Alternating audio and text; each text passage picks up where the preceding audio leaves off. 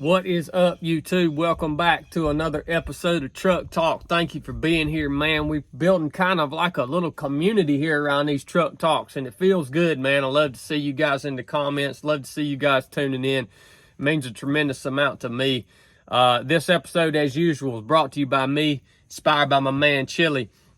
We're going to talk about something here on this episode, and that is the fact that I believe the warrior class of society is dying rapidly or nearly dead. And I'll tell you a little story first. When I was going through SEAL training in first phase, there's a little thing called Hell Week. It's starts Sunday night, ends Friday evening. You stay up, you get beat down. It's really, really freaking hard. It's where the majority of people quit. And when I was going through BUD/S or SEAL training, every single class got to create a class shirt, all right? And you got to have that shirt go into print once the class made it through Hell Week, and there were at least some people left.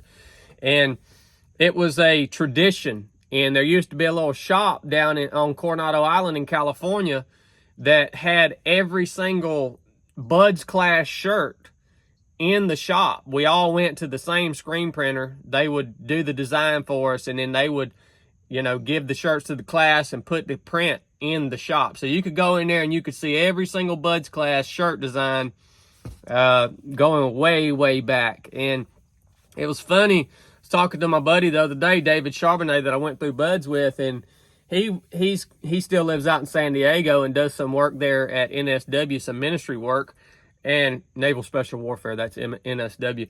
And he said the BUD/S classes don't do class shirts anymore. That's not a thing anymore.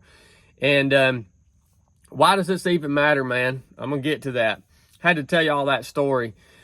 But I say the warrior class is dying. I truly believe that we as a nation are about one generation away from being incapable of fighting or defending ourselves. In other words, the citizens of this nation, there will not be enough young people left who are actually capable of fighting and defending this nation. And that's pretty wild, man. That's going to mean, well, our military's already collapsing, and when that happens, when we can't defend our own nation because we have become so weak, we all know what follows after that. Why is this happening?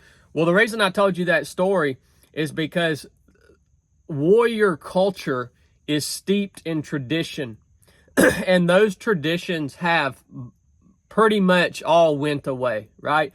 And whether it's something as simple as having a Hell Week t-shirt in SEAL training, which is a pipeline that develops warriors, whether it's a simple tradition like that, or it's, when I was a new guy in the SEAL team, we got freaking hazed, man.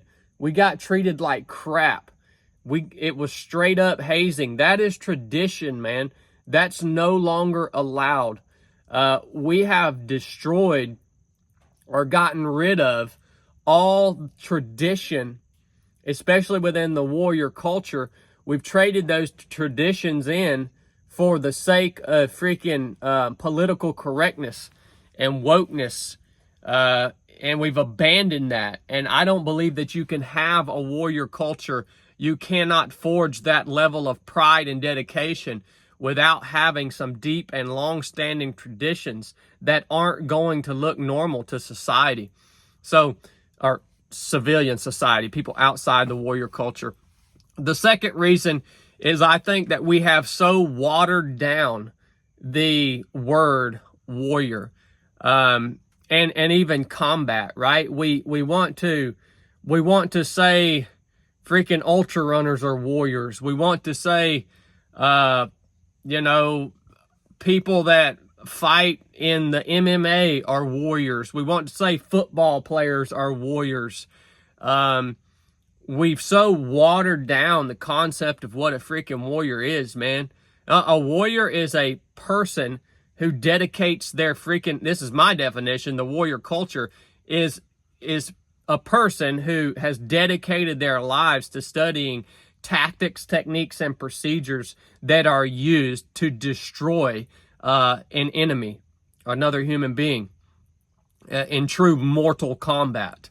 That's what a warrior is. So we've watered down that. We've watered down the idea of that. And that's all through our language. Our language is important. We have elevated these freaking pseudo warriors, these sports players and crap. We've elevated them in our society above the status of the true warrior, the one who risks his or her life in true combat, or at least puts forth themselves and dedicates their life to the study of combat. We have generally disrespected and forgotten those individuals, and we've elevated and idolized these pseudo warriors, so-called warriors, to the top of the food chain. And that's all a bunch of freaking bullcrap, man. That's not the way it should be.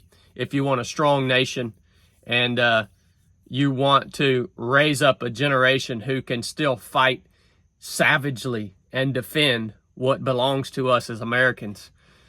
Bring back freaking tradition, man. If you have tradition, stand on it, dude. Screw all these freaking woke, political correct people and agendas out here. I love you guys. If you got anything out of this episode, go buy a hat, buy a t-shirt. It means a lot to us, and it keeps Chili in the dungeon so I don't freaking have to fire him because he just sits around and watches Sports Center all day. You know how it is. I might have Chili on a truck talk one day. We'll see. Love you guys. Enough said.